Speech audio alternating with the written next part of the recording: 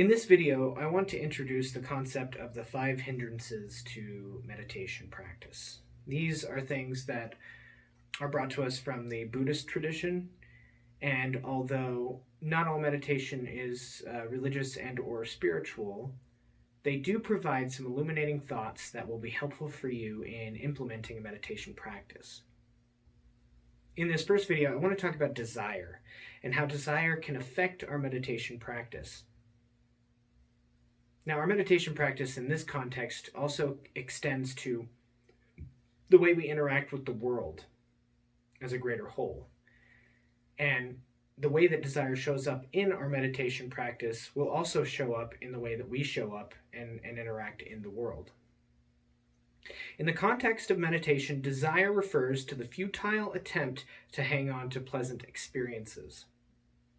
Now, why is this? Why do we have this proclivity to hang on to pleasant experiences? Well, because they feel good, right? But the problem with that is that we exist in a world that is fraught with change. We exist in a world that is constantly changing, constantly in fluctuation, and thus desire is an unrealistic expectation of permanence. We desire to have permanence with the pleasant and avoid all things painful in our lives. The same is true in our meditation practice. Like I've said before in previous videos, we want that one meditation practice that lifts us up and makes us feel great for the rest of the day, and we want to discard all the other ones that create challenges for us or that frustrate us. And this is an unrealistic expectation, not only in our meditation practice, but also in our lives.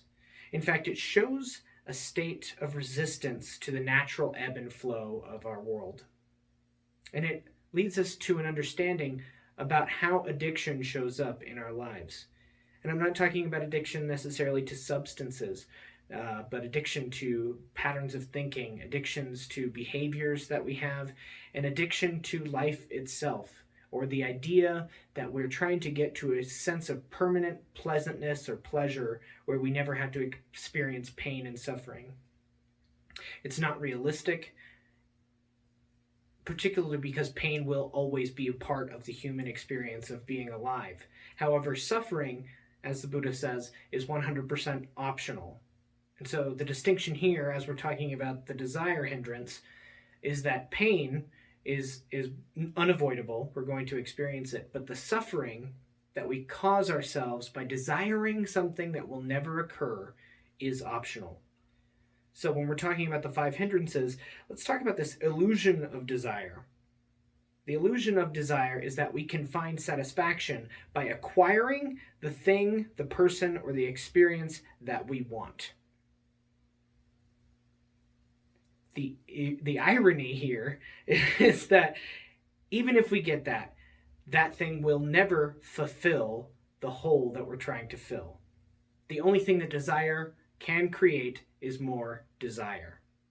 Now, I'm not saying that desire is necessarily bad. However, when desire runs the ship, when desire is 100% in control of our process of thinking, then we have lost control of the ship, so to speak. Desire is now the captain, and the captain is going to run that ship into the ground as much as possible because we become addicted to these experiences. We're trying to get the next high. In fact, when we do this, we lose our peace of mind and we embark upon an endless quest, an eternal quest that is forever unattainable as long as we live in a human experience. It distracts us from the gift of meditation, the invitation that we've talked about, where we can live instead in the immediacy of the present moment. Desire constantly pushes us into the future and doesn't allow us to be grateful or present with what we have right here and right now. So when it comes to our meditation practice, desire will creep in. We'll have, oh, well, what am I going to have for lunch later today? Chicken sounds good. I'm going to have chicken. And now, where are we? We're living in the future. Okay? Now the key to understanding and to curtailing, I won't use the word defeating desire when it comes to our meditation practice, is to understand when it pops up. Okay, so we've talked about wanting chicken. Okay, well, that's in the future. We're not there right now. We're in our meditation practice, and we've only got 3 more minutes to go. let's return to our breath.